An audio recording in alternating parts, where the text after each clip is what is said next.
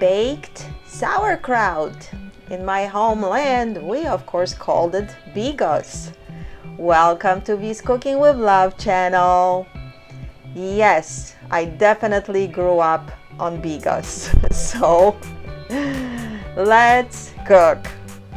You can, of course, adjust this to whichever way you would like to have it tasting, and it is known to be made with sauerkraut, and it looks like probably goes back to Germans that they came up with this recipe. But the cabbage has been around for over 4,000 years, all the way back in China. And China and Russia actually are the biggest producers of cabbage these days. This recipe I made also with fresh cabbage. Cabbage is just so healthy.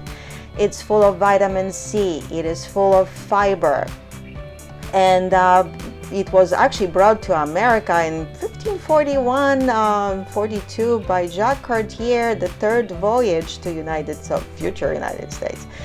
And on the long trips, the vitamin C, of course, was very necessary on the ship for the sailors. And they even used the brine of the cabbage to prevent gangrene for wounds. So how about that? This recipe can be made with different kind of meats, as you can see. And definitely unique flavor comes from the bay leaves, I think, and allspice. So when you see it's called hunter stew, hunter bigos, hunter sauerkraut, it means it has some kind of wild meat. I just used some pork. You can add some bacon. It definitely likes to be served with some kind of fatty meat if that's what you like. I chopped up the meat on little pieces and I used some spices on it, like pepper about a teaspoon, paprika the same, and some garlic powder, and about a half a teaspoon of salt, only because the sauerkraut, it's very salty already. So you want to coat the meat with the spices, and if you want, you can just toss all the meat chopped up in the baking dish or whichever way you want to cook this in. So I actually sauteed a little bit. I used a couple tablespoons of olive oil. You can use even butter. And you want to bring that to a little bit of a higher temperature. You want to sear that meat. You want to have that caramelization going. And it is something that adds additional flavor. The different kind of meats here, they bring different flavor.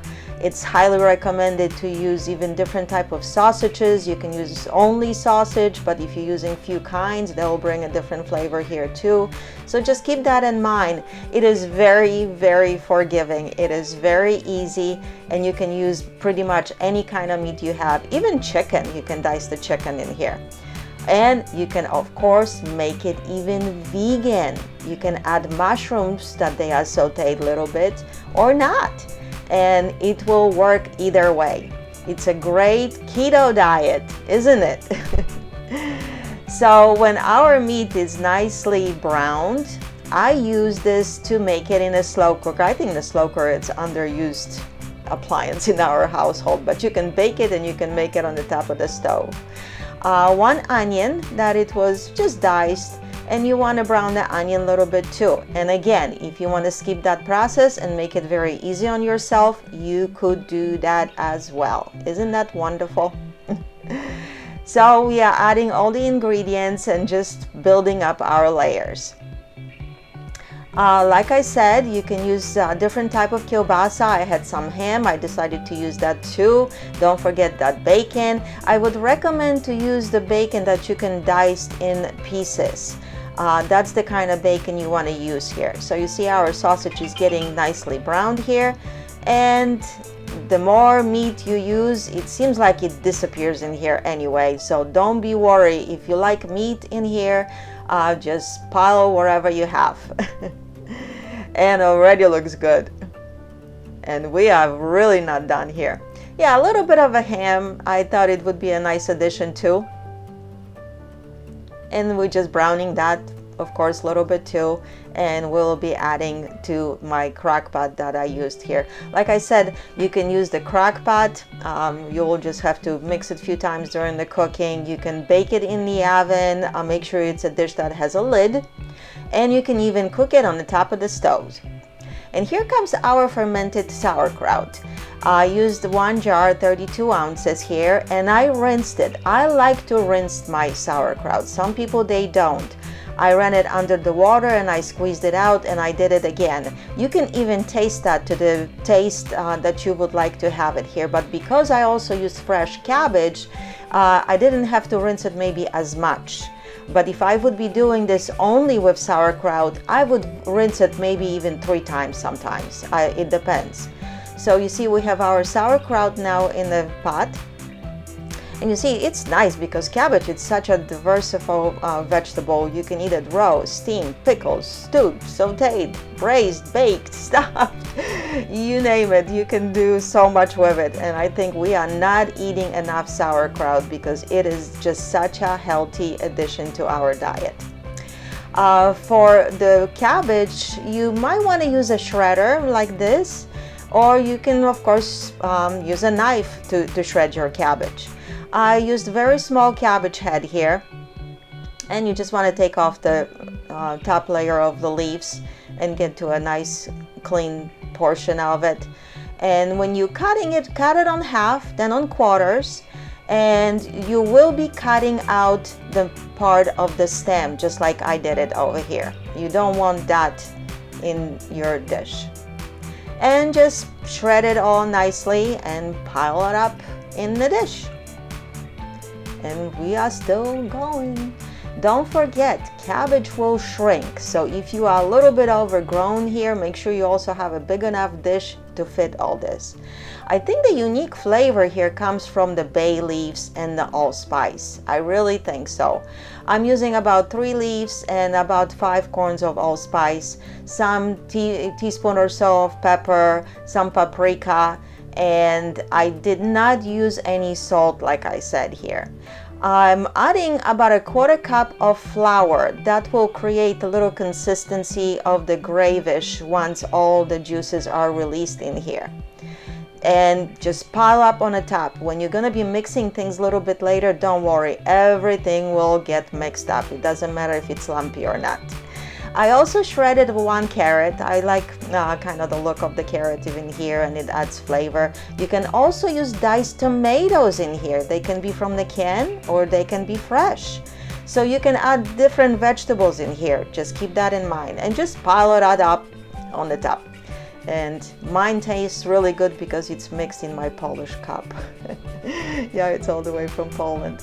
I used 3 tablespoons of tomato paste and 1 cup of broth or water. You can use it, or you can replace all this with 8 ounces of tomato sauce, and you can use a little bit of wine if you would like to. Just mix it all that in, and we are going either to the oven at 350, 375 for an hour or 2. A crock pot I cooked for about 5 hours, and I later put it on a lower setting. I cooked it on high, you see, and when you're mixing, you just want to reach all the way to the bottom later to mix all the ingredients. You're going to be mixing this about 2-3 times, and make sure there's a fluid there. If your fluid is evaporating, you want to add a little bit of water to it.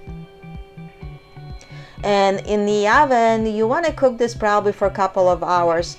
And actually when it's done, and you can turn off the heat and let that cabbage just sit there. It seems like you can never cook enough of this cabbage. It will change the colors. In the oven, it like to crispen up a little bit more. I think the fluids evaporating are a little bit more in the oven. In the slow cooker, it remains a little bit juicier. The same thing on the top of the stove if you decide to cook that way. I think it's going to be a little bit juicier. So it depends what flavor maybe you're looking for. I really like to bake it as well. My slow cooker or baking that, it's my favorite way to go to make this dish. And you see all the ingredients are mixing very well, and the cabbage will start changing the color, become a little bit more that light brownish color. And the meat, it seems like it's gonna be disappearing. It seems like there is never enough meat in here if you're cooking this with meat. But again, it can be made vegetarian style, and yes, I did make it, and it was still very delicious. And the smell of it, it's incredible. I love the smell of this dish. I just think it's such a smell of home, maybe for me because like I said, I grew up on it. And you see, you have a picture here of stuffed cabbage on the left, and the baked sauerkraut and cabbage, it's on the right. We enjoy both of them. You can serve them with mashed potatoes or just a piece of a good bread, or just by itself. And I will attach the link for the stuffed cabbage at the end of this video, so you can try that out too if you haven't seen it yet. But the cabbage was amazing. I hope you will enjoy it too. It's such a healthy recipe to cook. It goes a long way. If you make it more, you always have a leftover. It reheats very well, whichever way you want to reheat it, on the stove, in the oven, or in the microwave.